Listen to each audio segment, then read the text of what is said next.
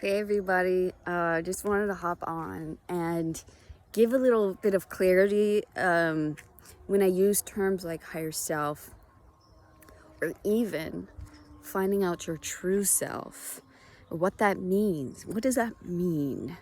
And when I talk about, being one with God and things like that, what does that truly mean? And I just wanted to do a little exercise with you guys. So I would like you to say true self, but say it only in your mind. Okay? So let's do it together. Okay. So you said true self, right? You heard true self. You know that that was said, but you did not use your mouth. So how is that possible? How is that possible? You were able to say true self, hear true self, but you didn't hear them with your ears, right? You didn't say it with your mouth, but yet it was still said and still heard. That is because that's your consciousness. That is the spark of divinity within you. That is the spark of God, or the spark of source, or the spark of the universe, whatever your word is that you resonate with most. That's what that is. And it doesn't need this vehicle to accomplish these things, to say these things, to hear these things. It's all in there, and that's what animates each and every one of us.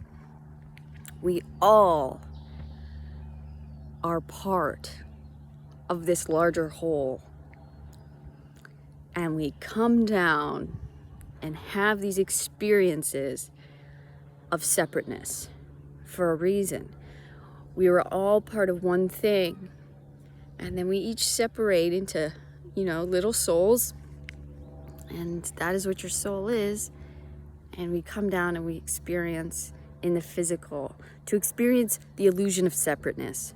So God is basically experiencing himself through us and each other, because you cannot experience yourself when you just are, right? So we have to experience separateness to experience, so God can experience himself through all these different vehicles and different personalities and all these things.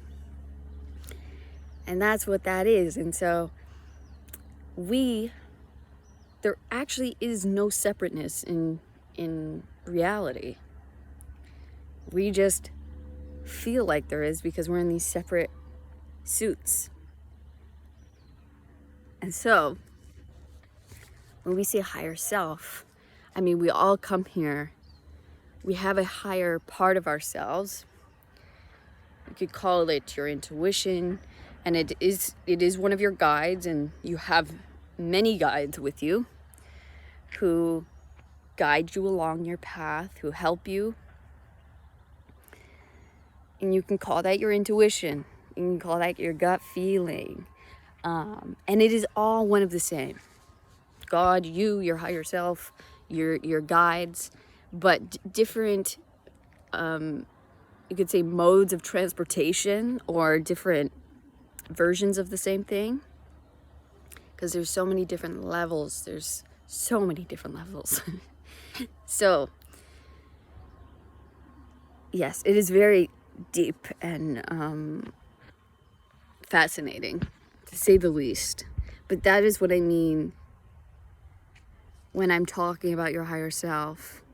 And when I say, like, you are God or I am God. And these things, it is not in an egotistical way. It is, we are all part of this thing. We are all pieces of the whole. And that is what Buddha realized. That is what Jesus realized. And they were able to show unconditional love, because that is what God is. That is our true nature.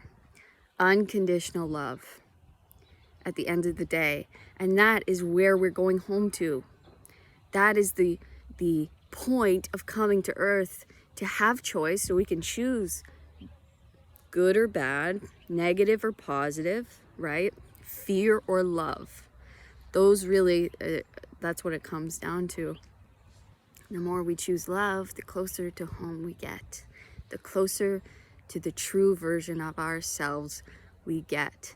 And everything starts to fall away that is not love. And then our outside world reflects that love more and more and more, the more we choose love.